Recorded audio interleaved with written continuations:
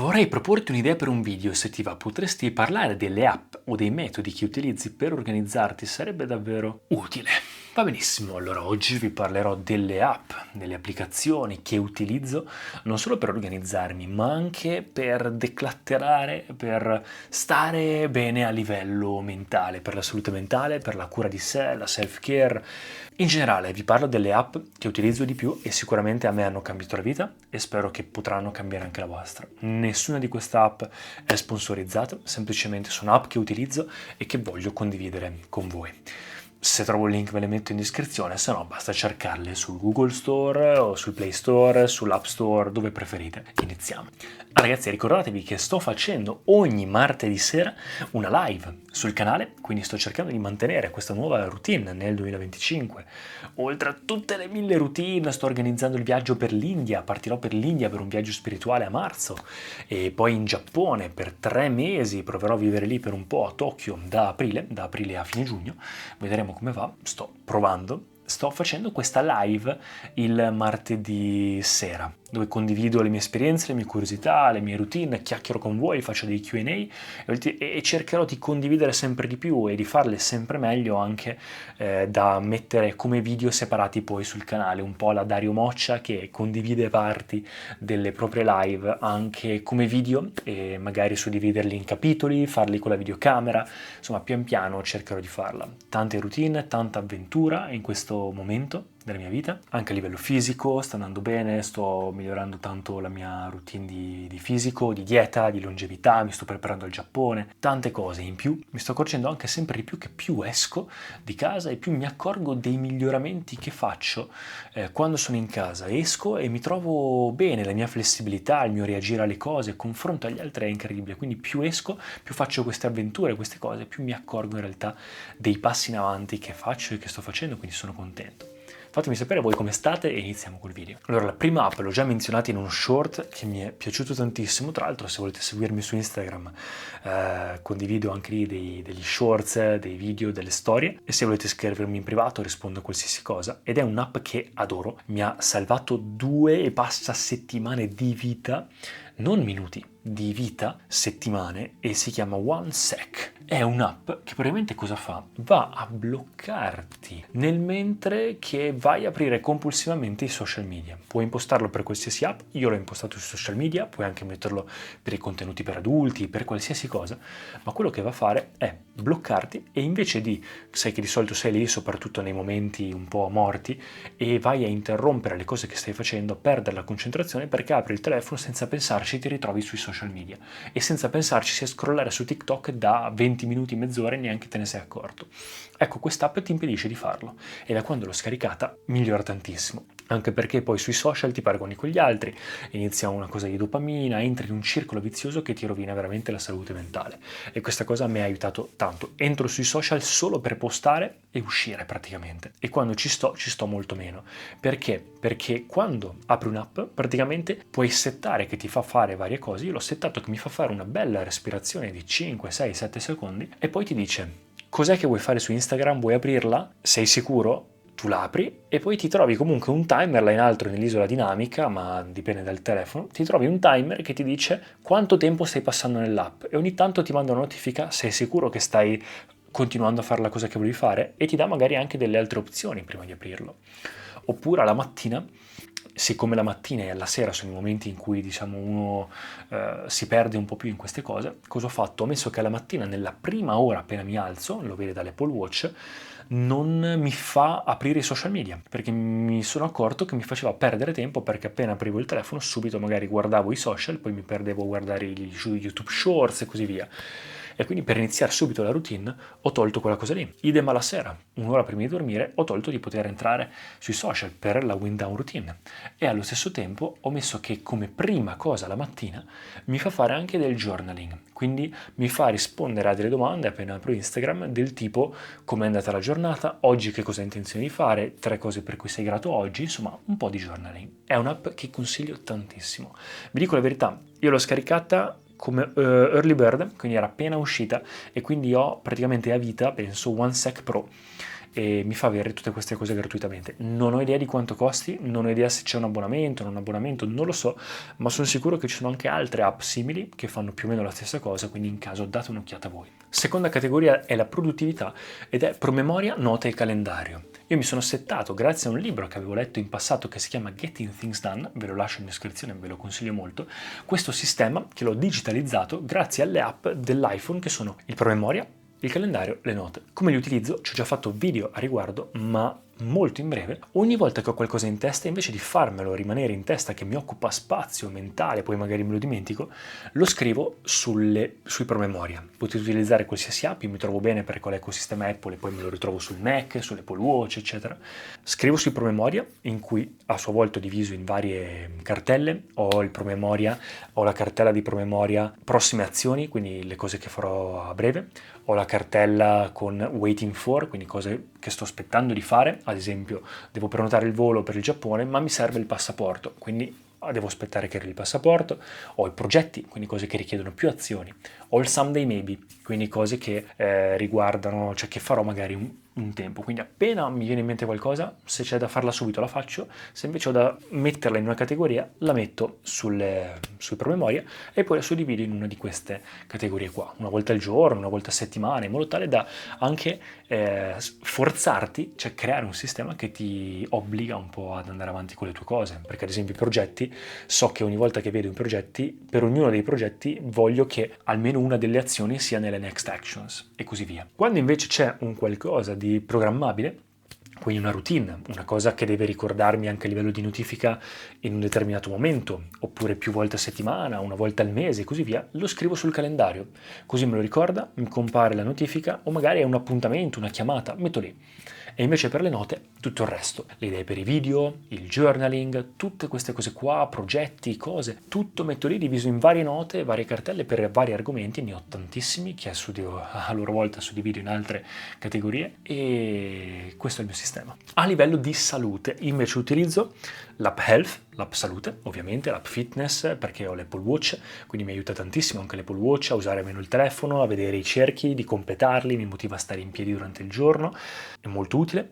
L'app Yazio per la dieta, per contare le calorie, uso quella per contare le calorie, per vedere se sono nei macronutrienti giusti, per contare le calorie del giorno, eccetera. All'inizio facevo un po' fatica, dopo mi sono abituato, lo faccio tutti i giorni senza problemi. Poi ho una bilancia smart Withings e uso l'app per vedere il mio indice di massa corporea, per vedere i miglioramenti, il peso, la salute cardiovascolare, eccetera, eccetera, quindi ogni tanto utilizzo anche quella. Per il sonno, sempre l'app salute collegata a un gioco. Io sono amante nostalgico dei Pokémon e quindi utilizzo questa app che si chiama Pokémon Sleep, che va proprio a fare una gamification, a far diventare il sonno un po' una cosa divertente. Quindi in base al tuo deep sleep, REM, quanto tempo hai dormito, ti dà un grado, diciamo un punteggio, e il punteggio ti fa migliorare nel gioco, trovando nuovi Pokémon in varie forme che stanno dormendo in varie posizioni, che ti fanno aumentare di livello il tuo Snorlax.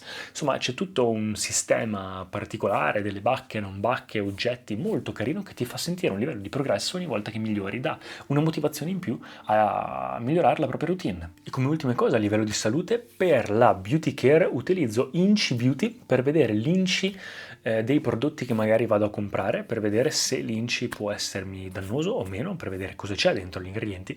E stessa cosa invece per il cibo, si chiama Yuka ed è un'app invece che utilizzo per guardare cosa c'è meglio all'interno del prodotto, avere un'idea chiara subito ti dà un punteggio da 1 a 100 a livello di in generale, insomma, se quella cosa fa veramente bene o male per te, perché magari sull'etichetta c'è scritto una cosa, poi magari ti sembra una cosa bella, fit, eccetera, e in realtà quella a fianco che non c'è scritto niente è più salutare.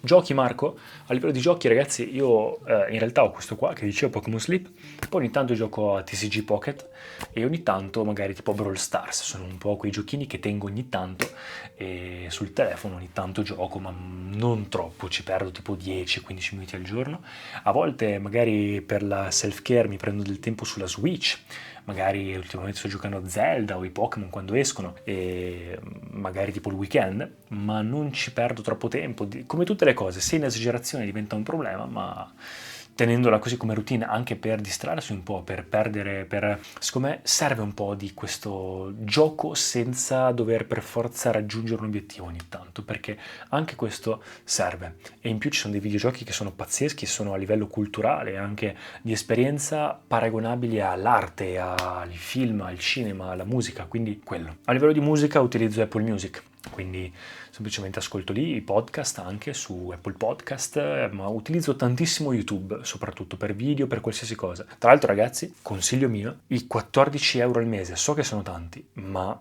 meglio spesi della mia vita sono i YouTube Premium. La cosa di poter utilizzare il telefono e ascoltare i video, che YouTube lo utilizzo tantissimo, col telefono spento, ascoltando comunque, utilizzandolo con YouTube qua nell'angolo invece che avere per forza l'app aperta, non avere pubblicità, incredibile. È una cosa che avevo sentito da Marques Brownlee e in effetti aveva ragione. Ho provato e aveva ragione. Dopo un mese non sono più tornato indietro. Poi uso ChatGPT per qualsiasi cosa, adesso c'è anche l'app nuova, quella cinese DeepSeek che sta spopolando, sto provando anche quella, e Apple Intelligence che dovrebbe arrivare tra poco in Italia, ma come intelligenza artificiale uso soprattutto ChatGPT sia sul Mac che sull'iPhone. A livello di corsi utilizzo Duolingo e Anki, che è un'app per imparare i kanji, per imparare le lingue, e chi sa le lingue lo sa, ti dà delle flashcards per imparare e continuare a ripetere le parole in modo tale che non ti scordi, oppure quelle che ti sei scordato di più te le fa fare di più finché te le ricordi un po' meglio e così via. Quando le sai bene poi te ne dà altre e si va avanti così. A livello di meditazione utilizzo l'app di Sadhguru, l'app di Wim Hof in base alle varie routine che faccio, la routine Wim Hof una volta a settimana, la routine invece Kriya Yoga tutti i giorni, e utilizzo anche ogni tanto per quelle meditazioni che invece voglio avere, diciamo, un tempo scandito o sapere quando sono finite, eccetera. Non per tutte lo vuoi, ma per alcune. Un'app che si chiama Insight Timer, che semplicemente ti crei la tua routine e ti dà con un colpo un segno che sono passati tot minuti, puoi scandire la meditazione, insomma, molto carino. A livello di journaling utilizzo delle app, innanzitutto quella di Apple che si chiama Journal, soprattutto per il mood. Al mood per capire un po' dove mi sto concentrando in questo periodo, cioè cos'è la cosa, cioè diventare un po' più aware, un po' più conscio dei miei mood, delle mie emozioni. E anche come a livello celebrativo, mi sono accorto di quanto sia importante celebrare ogni giorno qualcosa, e quindi la utilizzo sia per i mood ma anche scrivendomi questa frase ogni giorno: oggi celebro e poi qualcosa. Poi a livello di gratitudine stessa cosa, utilizzo due app, Gratitude e Gem. Gem ti fa scrivere 3 cose per cui essere grato ogni giorno, molto semplice. Gratitude invece una frase che cambia ogni giorno, tipo un film che ti è piaciuto recentemente, cioè tutte queste cose servono per utilizzare la mente nel modo corretto, per farti del bene invece che autosabotarti, ti fa passare il focus invece che su 1000 cose, su cose che ti fanno star bene, quindi possono essere utili soprattutto inizio giornata. Io quando alla mattina faccio o il pulling e poi la skincare, ho quei 10 minuti da aspettare mentre ho l'olio in bocca, cosa faccio? Faccio Duolingo, faccio journaling, faccio Gem, Gratitude e queste cose qua. E un'altra app che utilizzo tutti i giorni ormai da 7-8 anni è Day One. Anche questa è un'app che non so se adesso è a pagamento, ma la utilizzo come diario. Semplicemente ci metto le foto del giorno prima e che cosa è successo a livello molto base il giorno prima, un po' per promemoria mio, un po' per ricordo, un po' per vedere e accorgermi anche dei pattern che accadono, perché mi serve per capire che vedo, cavoli, ma un anno fa stavo facendo la stessa cosa di adesso, oppure 3 anni fa ho fatto la stessa cosa che ho fatto in questo periodo quest'anno, e l'anno scorso, 2 anni prima e 3 anni prima, quindi ti accorgi anche dei pattern ricorrenti e quindi puoi uscirne. È una cosa molto utile anche per ricordarti, ma quando è che avevo fatto quella cosa? Oppure, ah wow, ma cioè hai tutto scritto, quindi a me piace, lo utilizzo, mi dura un minuto e la faccio sempre in quel momento lì. E poi le ultime app, allora per gli investimenti e per le banche utilizzo come banche BBVA, semplicemente per il fatto che c'è questa cosa del credito, che tenendo i soldi lì anche in liquidità ti fanno rimanere un po' cioè ti dà una piccola percentuale di interessi, e i soldi delle tasse che sposto in un altro conto, siccome ho partita IVA, quando devo mettere via i soldi delle tasse li metto su Trade Republic, semplicemente per il fatto che anche lì, essendo liquidi, ti danno una piccola percentuale di interessi invece che non darti niente, meglio di niente. Per le cripto utilizzo Binance, tengo lì, continuano a farsi, non mi ricordo come si chiama, auto qualcosa, tengo lì, ci ho fatto degli investimenti in passato, adesso non ci metto niente, semplicemente vanno avanti un po' da sole, e invece metto in continuazione in un fondo di accumulazione, in un piano di accumulazione, in un ETF che è VWCE All World, metto su DeGiro, è l'app che utilizzo, DeGiro, il broker che ho scelto,